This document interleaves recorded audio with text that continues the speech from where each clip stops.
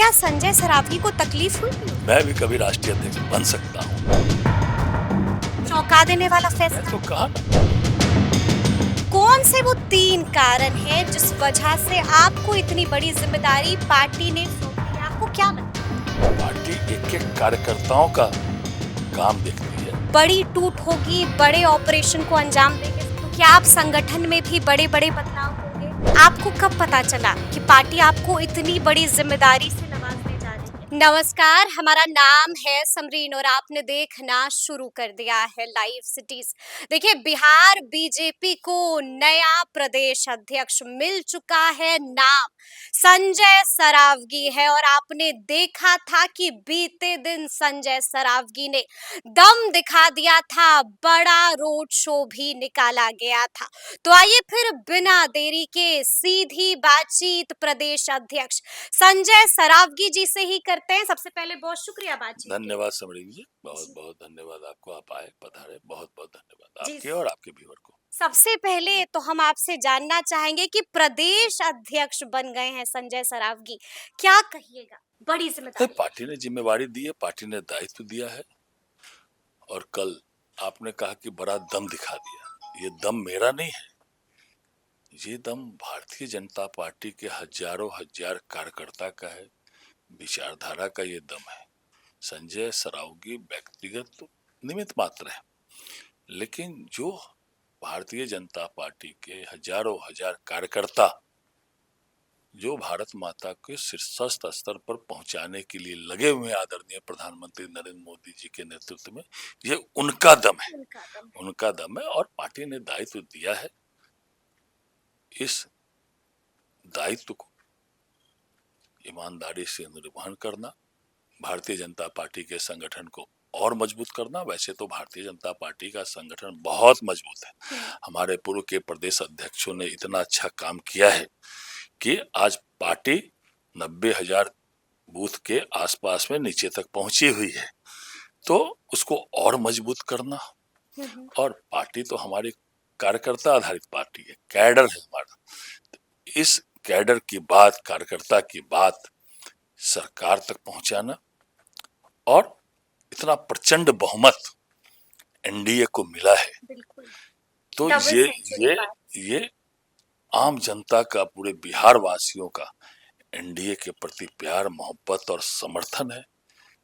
और ये प्रचंड बहुमत को, इसी को कैसे आगे लेकर बढ़ा जाए, कैसे आदरणीय प्रधानमंत्री नरेंद्र मोदी जी का काम और बिहार में एनडीए सरकार के काम को संगठन के माध्यम से जन जन तक पहुंचाया जाए, इस काम में जो है और विचारधारा और मजबूती से स्थापित हो, इस काम के लिए मुझे बनाया गया है और यह काम मैं कर रहा हूँ। मुझे बनाया गया है और ये काम मैं करता रहूंगा और करूंगा भी।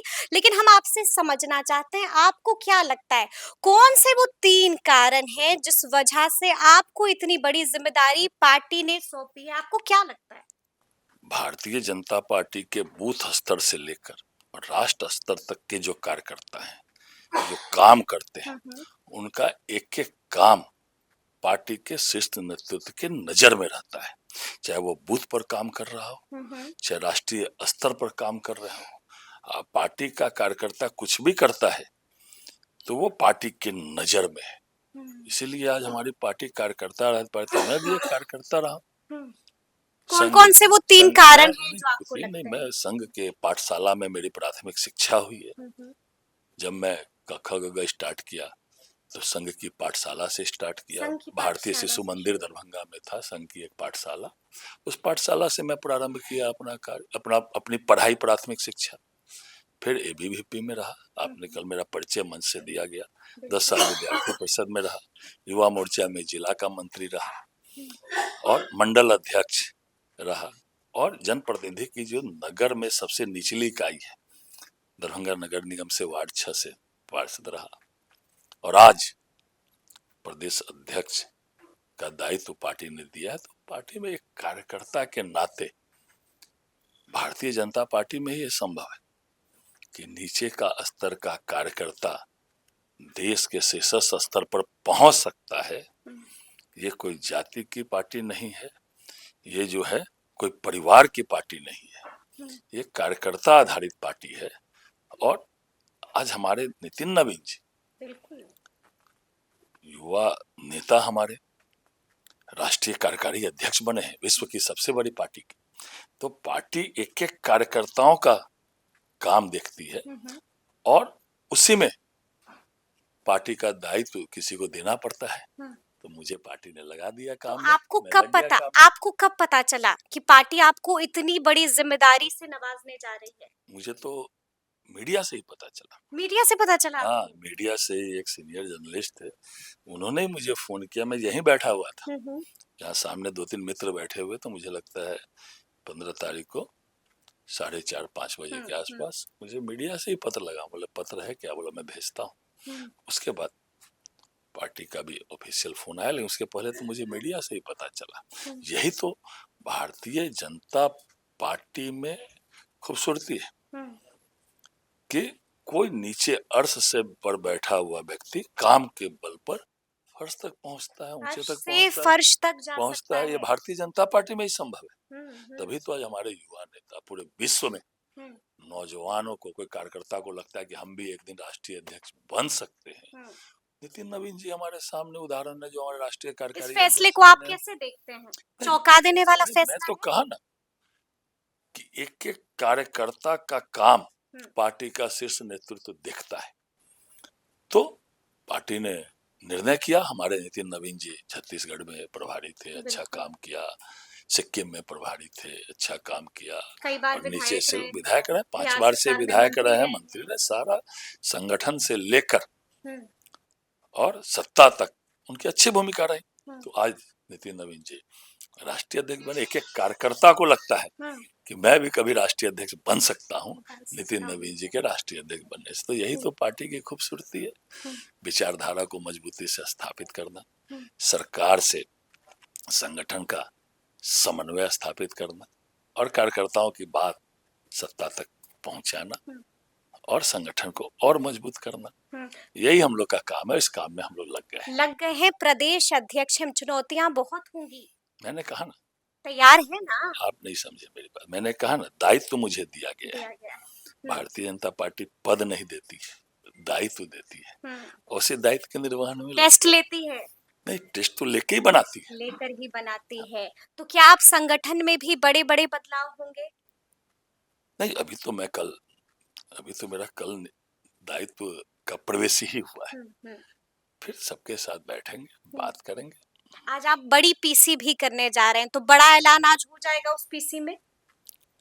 नहीं, मेरा कल ज्वाइनिंग हुआ, ये परिपाटी रही है। हाँ। कि प्रवेश के बाद एक सामान्य ये परिपाटी है कि प्रेस से बुलाकर प्रेस से बात करना। आप लोकतंत्र के चौथे स्तंभ है सब लोग। तो चौथे स्तंभ सत्ता की बात, संगठन की बात तो आम जनता तक, कैडर तक तो आप ही लोग के माध्यम से पहुंचेगी। तो इसीलिए कल जो है प्रवेश हुआ है और आज जो है लोकतंत्र के चौथे स्तंभ प्रेस के साथ वार्ता होगी। देखिए, बीजेपी के बारे में कहा जाता है कि बीजेपी हमेशा चौंका देती है। और देखिए, जब मंत्री जो है वो शपथ ले रहे थे, उस फहरिस्त में जब आपका नाम नहीं था, तो कई तरह के सवाल पूछे गए। सब जानना चाह रहे थे कि आखिर ऐसा क्यों हुआ। तो क्या संजय सरावगी को तकलीफ हुई थी उस वक्त? एकदम तकलीफ नहीं हुई। मैं तो गांधी मैदान में, मुझे व्यवस्था में लगाया गया था। जो माननीय मुख्यमंत्री जी के नेतृत्व में जो कैबिनेट का शपथ ग्रहण समारोह था, माननीय प्रधानमंत्री, देश के सबसे लोकप्रिय नेता, आदरणीय देश के प्रधानमंत्री नरेंद्र मोदी जी का आगमन था, अमित शाह जी का आगमन था, पूरी एनडीए का पूरा देश का चेहरे उस दिन मंच पर रहने वाले थे। तो हम लोग तो कार्यक्रम में लगे थे। जिस दिन सुबह शपथ ग्रहण था, 1:30 बजे रात तक मैं गांधी मैदान में था और सुबह से भी 6:30 बजे से मैं गांधी मैदान पहुंच गया था। भारतीय जनता पार्टी के कार्यकर्ता को कोई पद की लिप्सा नहीं होती।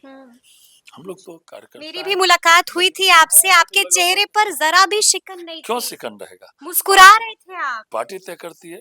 मैं तो कुर्सी लगा के बैठा रहा था, सेकंड वाले मंच की मेरी जिम्मेवारी थी। मैं तो सबको बुला के बैठा रहता। शिकन क्यों होगा? मैंने कहा ना कि किस कार्यकर्ता से पार्टी में क्या काम लेना है ये पार्टी तय करती है, पार्टी तय और करती पार्टी है। तय करती है, उसको उस काम में लगाया जाता है। हम्म। तो मुझे जिस काम में लगाया गया मैं लग गया। लग गए हैं। देखिए बाहर बहुत ठंड है और हम अपने कैमरा पर्सन से कहेंगे कि जरा कैमरा को घुमा दीजिए। और देखिए इतनी ठंड है बाहर, लेकिन फिर भी यहाँ पर अच्छी खासी संख्या में लोग बैठे हुए हैं आपसे मिलने के लिए। वो प्यार है, मोहब्बत है, एक कार्यकर्ता बना है। पूर्व में भी सभी कार्यकर्ता ही बने, हम्म। तो जो कार्यकर्ता है वो मिलने आते हैं। हम्म। तो आज मिलने आए, सब लोग अभिनंदन कर रहे हैं। ये मेरा अभिनंदन नहीं है, भर भर के ये तो प्यार मिल पूरे रहा ये तो है। पूरे बिहार के जी। कार्यकर्ताओं का अभिनंदन है, मुझे बनाया गया है। हम्म। तो इस दायित्व को निभाएंगे। संभाल कर कैसे और संगठन से सत्ता का संबंध, गठबंधन अच्छी तरह चले और भारतीय जनता पार्टी और मजबूत हो, और जो हमारे मनीषियों ने, ऋषि मुनियों ने जिनका योगदान भारतीय जनता पार्टी में है, उन्होंने जो सोचा था भारत माता परम वैभव पर पहुंचे, और आदरणीय प्रधानमंत्री जी ने जो 2047 तक पूरे देश को विकसित देश बनाने का संकल्प लिया है, उसमें बिहार भाजपा का भी योगदान और संगठन भी उस काम में लगेगा, ये संकल्प है। ये संकल्प है। एक अंतिम सवाल है मेरा आपसे। देखिए लगातार कहा जा रहा है कि महागठबंधन में बड़ा डेंट लगाया जा सकता है, और देखिए लगातार बयान भी आ रहे हैं कि उनके विधायक हमारे संपर्क में। तो क्या बड़ी टूट होगी, बड़े ऑपरेशन को अंजाम देंगे संजय मुझे तो सरावगी? अभी कल ही जवाबदेही मिली है। हाँ हाँ। मैं तो, मेरी कर्म भूमि और जन्मभूमि माँ मिथिला है। 15 तारीख को मेरी घोषणा हुई, मैं सीधे मिथिला गया, वहाँ की मिट्टी को, पुण्य भूमि को प्रथम प्रणाम किया, जानकी मैया की धरती को प्रणाम किया, श्यामा माई को प्रणाम किया, बाबा कुशेश्वर नाथ गया, हमारी कसरौड़ में जगदम्बा भगवती है, बहुत सिद्ध स्थल है, वहाँ प्रणाम किया, नवादा में बहुत सिद्ध स्थल है, वहाँ प्रणाम किया, पूरे देश में एक ही हजार मुखी महादेव है हजारीनाथ, वहाँ प्रणाम किया, वहाँ आशीर्वाद लेकर कल मैं प्रवेश किया हूँ। बाकी बातें अभी तो 24 घंटे भी नहीं हुए, तो 24 फिर हम लोग घंटे भी देखेंगे क्या। नहीं हुए हैं। तो सुना आपने क्या कुछ कहा है बिहार बीजेपी के नए प्रदेश अध्यक्ष संजय सरावगी जी ने। बता दिया है कि आगे आगे क्या कुछ हो सकता है, और देखिए लगे हाथ ये भी बता दिया है कि आखिर उन्हें इतनी बड़ी जिम्मेदारी क्यों मिली है, और साफ साफ कह दिया है कि ये बीजेपी ही कर सकती है और ये बीजेपी में ही मुमकिन है। तो अब देखना होगा कि आगे आगे संजय सरावगी का एक्शन क्या क्या होता है। तो फिर ये पूरी बातचीत और ये पूरा वीडियो आपको कैसा लगा है, कमेंट करके हमें जरूर बताइएगा। तो ऐसे तमाम अपडेट्स के लिए बिल्कुल ऐसे ही हमारे साथ बने रहिएगा और देखते रहिएगा लाइव सिटीज। बहुत शुक्रिया।